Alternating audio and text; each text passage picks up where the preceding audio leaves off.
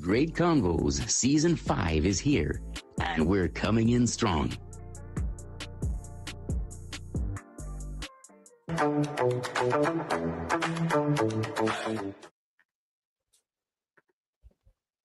Hello, and welcome once again. Happy Monday to everybody. Welcome to Great Convos, where we always say, whether you agree or disagree, you can always find great convos. I'm Roger Caesar, and that gentleman over there. Hello, Roger. I'm Alexandre Matt. I love your title today, Roger. Yes. Oh, we're going to touch on that in 1 minute. Pose Patrol. Pose Patrol guy. And I am the... Wait, let me find something here. I am the prop cop guy. Why do we have these titles? We'll touch on that in a minute. Yes, as always, we want to say thank you and welcome to all of our loyal listeners. You could have been anywhere in the world, but you're here with us, and we appreciate it. Please say hello in the chat so we can know who is here today. Alex, yes, we are here speaking about props and poses and what we have seen recently in our findings from the recent competitions that have happened for the international speech competition in Toastmasters. Mm-hmm. Yeah, there are about 132 districts in the world where they each have their own contest at division level, and each of these winners goes on to the quarterfinal, the world quarterfinal, to find out who will be the I think they're looking for 28 semifinals who are going to the World Convention of Toastmasters International this August in Philadelphia. Yes. So that's very exciting for all those. So first of all, let's say this: congratulations to all the winners so far in their district competitions. You obviously have done well to get to this point. Alex and I both know how this feels, especially now waiting for the quarterfinals to see if you will make it to the semifinals of the World Championship of Public Speaking. But Alex, you and I have watched a few of them live so far. I was in District 77 and then 47. And of course, you were in our home district of 123. And we want to just kind of have a little conversation about what we saw. Yeah. And this, by the way, is one episode out of a series of pitfalls of misguided wisdoms, some mistakes that speakers might do because they've heard some wisdom somewhere. You could go watch episode 3. Don't quote me on that, on the misuse of some quotes sometimes. And episode 9 on, what did we call it? One size fits all speaking. Yes. The difference between being on stage and online. Today, we really wanted to touch on props and poses. So how do you use props? Should you even use a prop? Is it always a good idea to use props and accessories? And as well, poses. How do you place yourself on stage? There's the pause patrol guy. Did I say pause? Pose patrol guy. Roger, you can do a pose and then pause. Yes. Yeah, no doubt about it. Quick fact, Roger. In French, the word pause and pose is pronounced the same way. Pose. Oh, there's a lesson learned today. Thank you very much. Very much. So, Alex, let's get into it. Let's get right into it. What did you see when you were at the district competition in 123? Well, let's start with the props. Now, we're at District 123, there was the International Speech Contest, but there was also the Tall Tales Contest. Now, the wisdom that we might share could be different when it comes to props in one contest or the other. Some speeches might not require, but call for a different use of props. So in Tall Tales, there were more props used. And I've seen that in other districts as well, where because it's Tall Tales, you put more, you put exaggeration, so you might use different accessories differently. One prop that was this is a general comment that I'm going to do. Mhm. And I've done it in the past as well. One prop that we often see on stage is a chair. Yes.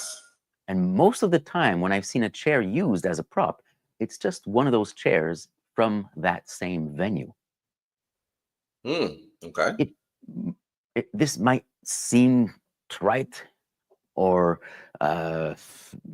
almost petty from my end, but if it's the same thing as in the room, Roger, does it show that you're not putting much effort into your prop? I don't know. I don't think it does in that sense, Alex. I mean, especially if it's a big prop like a chair or something like that. Maybe a person can't bring the chair that they had at home with them. Now, if there is a sentimental value to the chair or to a certain prop, then I would suggest, if possible, to bring that with you. Sometimes we've seen stories where it's about a loved one, something that had to do with them, and it particularly was theirs, and that's how you remembered them. In that case, yes, using that specific prop would probably enhance your speech rather than grabbing any old version of it inside the venue. Right. Well, okay. Why don't we look at an example of a chair that has Yeah, sentimental value? Let's see, who is this here? oh J.A. my, Gamache or a young Joseph version. Joseph Avenant Gamache. See how there's a chair right there on stage. Before this particular spot in the speech at 3 minutes and 24 seconds, he's already used the chair in different ways. It symbolized his grandfather Avenant on a rocking chair with his pipe or cigarette, rolling a cigarette. But now here, let's see what it looks like now. I wanted to touch him, but all I dared to do was to rest a finger on his big toe. Thank you, Grandpapa.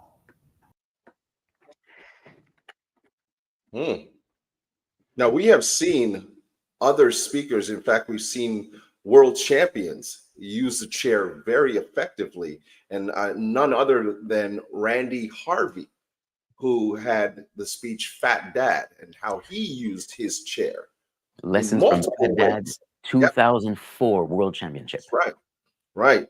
And he used it multiple times. Yes, of course. Suzanne just said Furzy as well. Of course, our good friend Furzy as well used the chair really, really effectively. But there are times when there are uses of a chair or a use of a prop that is not as effective. And you Right. wonder if it's used, what was the purpose of it at all? That's right. Now, if I gave myself the name of prop cop guy today, it's because I oftentimes I'm the one who's going to say, don't use a prop unless it's really necessary. I might even like give a contravention. Is that the word? When you park where you're not supposed to? A ticket. Yes. Give a ticket to someone. No, don't use that prop.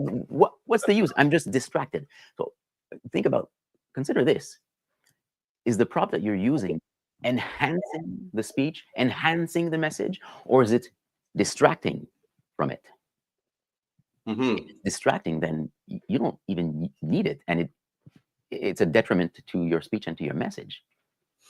And I think, Alex, we can broaden this, not just with regards to the competition, but just in general. If you are doing a presentation of any sort, whether it's in business or in a speaking competition, make sure that the props you use, if you choose to use them, are going to be used effectively. It's going to mean something. And for the audience themselves, they're going to understand why this prop was used in this particular presentation or speech. Right. Now, this the following comes from theater. Are you familiar with the principle of Chekhov's gun? Something like that. It's a gun or a sword. So this is a playwright, Chekhov, who who said, if you have a gun in the background of your play, it should be used before the end of act. Forget what he says, before the end of the play anyway. Otherwise, it's just a distraction, and we're gonna wonder, well, why is that there? Right. When are they going to And use it? Right. So same thing with a prop. If there's something on stage and you're not using it, then we're looking at and just waiting for you to use it. So and if you, and there were some examples of that where I was, where Mm. it was there and it was brought on and it was used once and it sat there for the longest time. You didn't know, okay, is there more to this? Is it right. So all of a sudden your eyes start to go there, wondering when will this be used again? So that again is an indication that either number one, you didn't need it, or number two, find more effective ways to use it on stage that allows you to say, okay, for different sections of your speech, I needed to show this. Yeah. And sometimes a prop is less useful than just your gesture. Mhm. A while ago, I was rehearsing a speech, and in my speech, I share how I walked by a homeless man with a hat beside him. Mhm. The hat is open, begging for change. And one person in the audience said, well, that's a big, an important symbol. What if you really literally had a hat on stage? Mhm. Yep. And I can tell you, we've talked about this before, Alex. I can tell you right now, for in 2015, and I won't go into the whole thing, but I remember in 2015, throughout the entire competition, I just used my hand as a mirror. Mhm. I just literally said, take a look in the mirror like this. And then I decided, obviously, wrong choice to do it, but I chose to grab a mirror because I thought that's what I needed. When this, in this case, in my case, was all I needed to do. I didn't need to get the mirror, right? So you Exactly. got to be careful. Same thing with the hat. I asked that person, okay, when I did this, could you imagine the hat? And they said, oh, yeah, it's as if it was there. Bingo. That's it. I don't need it. It's as if it's there. Same thing with the mirror. It's as if it's there. It's there. Yeah. You can even do this. It's so clear. My mirror is here. Then I can show it to the audience. If I want that effect of now you look at yourself in the mirror. They don't need Yeah. literally to have a mirror in their face. Right. Mhm. Right. So there's some things that I had noticed when I was away with props, is that some of them, though it was good, some were good, some used them very nicely, and it really enhanced how their speech was. There were some where the speech was great without it. It didn't need Right. it. So the misguided wisdom in this case might be something like, if you have a prop, it will enhance the speech. Use a prop to get, or in the case of a contest, if you have a prop, you will get more points from the judges. Yeah. And that is not true. Yeah. Not entirely true. Now, there was one, I'll end with this. The third place winner at District 123, Amit Singh, he had an accessory that was a cane, but that was used as, at the beginning, the handlebar of his bicycle or motorcycle, and then later on used as literally a cane, and then it was used as an accessory for yoga, and later on there was even another way that he used it at the end. So he used one simple accessory multiple ways. That's really thinking about it. I'd also add to that, I know that James Ahola had the chairs, and he had the car. He was in the car. That's Driving right. in the car. And he used it multiple times in that speech to show different portions of where he was during the speech. So he used it effectively as well. Well, here's one speech where I was on the fence with this one, because 3 chairs on stage takes a lot of real estate.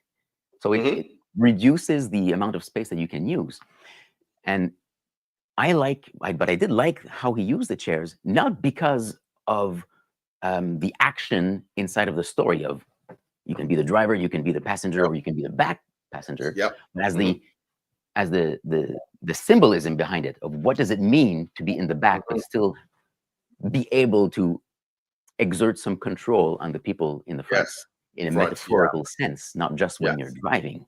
So it was a Yeah. nice symbol, but at the same time, it took a lot of space. Yeah, but yeah, I get that. I get that. But again, it was used in a good way, and the same with the gentleman you're talking about as well, right? That he used the handlebars in an effective way. So listen. We've seen some good things, but let's move on, Alex, to the poses. Oh. How about the poses now? Now we have seen some poses that have been extreme, and then others that actually flowed with the speech itself. Now, when I talk about this, we can talk about some of even the champions that we have seen over time. There's this feeling that often happens in these competitions, and we call it like the cookie cutter type of style of speaking, where one person wins, and then everybody seems to think that that's the recipe to win. So we'll all copy that same style. But what I will say to you when it comes to the posing part and how you stage yourself on stage is sometimes it's about who you are as a person, right? And what you use and how you are in terms of what your speech needs to make it effective. Yeah, well, we've shared this before. It's about authenticity. The audience would expect the person on stage to be themselves, and that's what we would expect from everybody who takes the stage. Yep. We don't want you to take on another persona. So let's take one really great example: the 2023 world champion of public speaking, Jocelyn Tyson. Now, shout out to Jocelyn. Hello, Jocelyn. Hi, Jocelyn. And I'm having fun mentioning Jocelyn because I didn't meet her when she came to our district last week, and I wanted to touch on this subject with her, because when we see it as the recorded version, we only saw it online, right? We were not in the Bahamas that year. Yeah. And when we look at Jocelyn's speech, she's like, you're speaking of staging, she goes from right to left and she comes back. She really uses the whole stage, and she uses big gestures, which makes sense when you've got over 1,000 people in front of you. Now, when we look at this as a recording on screen, it can look over exaggerated, right?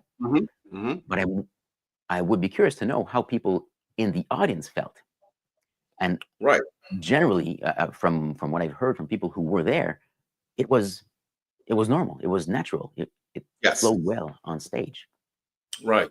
And this is the thing. We've heard this happen before, where people look at the speech afterwards, and when they see it in a recording like this or on YouTube, it doesn't come off the same because you're not there in front of the audience, or you don't see how people reacted to it in that moment. So you have no idea whether or not it was effective there, right? So again, it doesn't translate the same after when you watch it a second time. And maybe that's another conversation to have when you want to have your speeches transcend the test of time, right? Because it always seems like it's great. Like when I look at even we go back to 2019 and Aaron Beverly, same thing when he did his speech, right? And it was very, very exuberant. He was all over the stage as well, but it worked for him when he was, I believe that was in Denver, if I'm not mistaken. But it worked for him, and he had the whole crowd laughing and loving it. You can hear that. Yeah, and when it comes to Jocelyn, it worked for her. I mean, obviously she got the title of world champion, but also when it comes to the principle of you should be the same person on stage as you are off stage, I can tell you, Roger, that's how Jocelyn is. In conversation, but also as an interview. I had her on stage with our District 1, 2, 3 winners, and that's how she talks. That's how she moves. She is gracious, and she is very expressive. So don't take that away from someone. That's who she is in person. That's who she should be on stage. Correct. Now, when we're talking about poses, though, Alex, have you seen some where they've been too even with this in this weekend, this last couple of weeks, that were maybe a little too much. I could tell you I saw a few where they were fully extending to talk about looking over to this side and then looking down. It felt like it was theater rather than a natural feeling of speaking. So if I say, instead of doing all of this, I would say, when I looked up, simple as that, I'm naturally speaking. Or as I look down, it's a natural feeling rather than it felt like they had to extend their hands and extend to the heavens to speak. So I think what a lot of speakers do, and this just comes down from the basics of Toastmasters even. When we first started learning, remember we had the CC manual and it said your body speaks. And we have to learn how to use your body, right? When we're doing that, we have this tendency when we first start off to think that we have to be overextending ourselves to make our gestures known. But it's more about being very natural in the way you deliver it so that it doesn't look, you still know what you're doing, but it doesn't look like it's theatrical. Right. Hey, 2012 maybe, or 2012. I was preparing for the World Championship. I didn't make it to the final, but I was still rehearsing that speech just in case. And I speak about reading a newspaper and being inspired by an article in the newspaper. So this is how I did it. I was looking at I'm laughing already. I was looking at the newspaper and one headline popped up, standing out from the rest. Birthday girl gives her presents away. I was over exaggerating. And it's one person that, during just one rehearsal, he said, why are you doing it that way? Is that really how you talk? How about just, I was looking at the newspaper and one headline popped up at me. Yeah. Birthday girls give her presents away. Just do it naturally. And I thought, no, I learned in theater that this, I need to be big. There's going to be 500 people or more in the audience. I need to be big. Right. So now, and that gentleman's comment stayed with me because he was absolutely right. Mm-hmm. So can I say something, Alex? Because I'm looking, when you say that, I'm obviously looking back at mine in 2021. Now, again, it was online. So it was much different. I had created that speech for the finals since 2017 and just kept on rewriting, fixing. But when I had performed it in 2017 in front of our district I think we were at TLI, and I did it, I was more natural and the laughs were bigger. I didn't have to accentuate, but I felt like what I did online, even though, I placed and I was very happy with that. But just the beginning of that speech, I felt like I needed to really show more when I was singing, and I did the whole superstar, right? All of those things, I felt like I needed to do that because, first of all, I was the first speaker out there. So I had to, I felt I had to give myself something so that I can at least have a chance. But do you ever look back, and you just did one now, but do you ever look back at some of your speeches and say, oh, that's a little lot. That's a little too much. Of course. Yeah, of course. I've done it. And look, Roger, you did what you needed to do or what you felt you needed to do at that time with that audience. I'm putting quote mark with audience because it was not live. It was no audience. That's right. Time. But, looking back at it, 2021, the world champion, the winner, Verity Price, her style was completely different from yours. She did not have huge gestures or big grand movements. It was much more conversational, much more like, I'm just having a conversation with you. And did she have a prop in the final or was it the semifinal? I think it's the semifinal. The semifinal, she had a prop, so you can find that online. It's well used. But the point is, does that change? Does that change, Alex? Does that change how you view a person just because they have a different style of speaking when you do that? Does that change how I view a person? Yeah, because I'm thinking, okay, just because one does it one way versus another way, does that make it worse, better, or worse? Or is no. As we've said, if it fits with the personality of the person on Yeah. stage, then it's natural, it's authentic. Mhm. I've never seen Verity Price being so exuberant as Roger Caesar, and I've never Yeah. seen Roger Caesar being so mellow as Verity Price. Mhm. You've got your way of doing it, she's got her way of doing it. Right. Now, when it comes to a contest, who knows? Some judges might, quote, prefer one style over another. Of Maybe course. that can have an impact on the final results. But Mhm.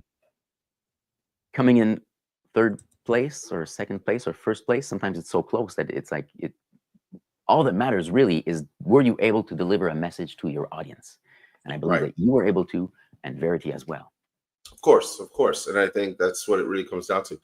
I know that we're up against the time, but Alex, maybe your thoughts on both poses and props at the end of the day. Well, you know what? I think in both cases, this is what I'm going to say as my big wisdom for the week.